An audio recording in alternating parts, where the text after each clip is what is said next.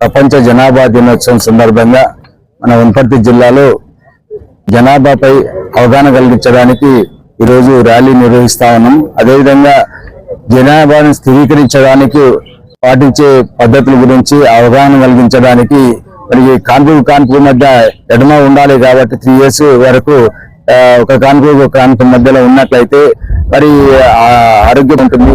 ఒక కాన్పైనమ్మడి ఒక పిల్లని సంకలో పెట్టుకుంటే ప్రెగ్నెన్సీ అయి వస్తారు.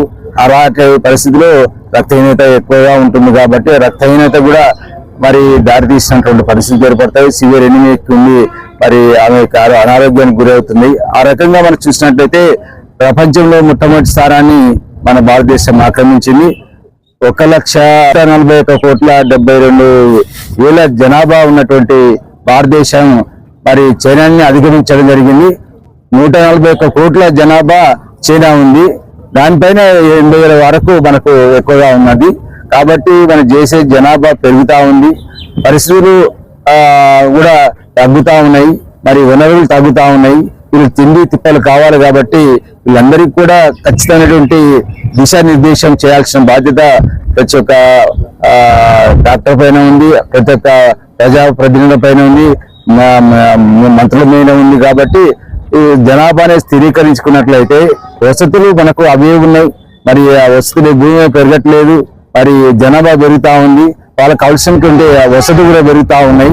దానికి అనుగుణంగా మరి ఒకరు లేదా ఇద్దరు అనేటువంటి నినాదంతో మరి ఈనాడు మనం ముందుకెళ్తా ఉన్నాము.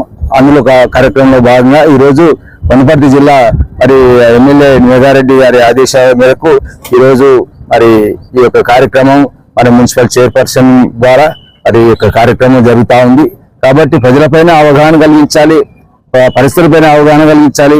అదేవిధంగా జనాభాను స్థిరీకరించుకున్నట్లయితే వసతులు మనకు ఎక్కువగా కల్పించుకున్నట్లయితే మనము ప్రజల్లో మరి ఈ జనాభాను నియంత్రించుకొని స్థిరమైనటువంటి పరిస్థితులను మంచిగా చేసుకున్నట్లయితే ప్రజాజీవనం జరుగుతూ ఉంది. ఆ రకంగా కుటుంబ నియంత్రణ ఆపరేషన్స్ కూడా మన జిల్లాలో స్టార్ట్ చేయబోతున్నాం. కాబట్టి ఈ రకంగా మనం ఈ యొక్క ప్రోగ్రామ్ జరుపుకున్నందుకు అందరికీ ధన్యవాదాలు.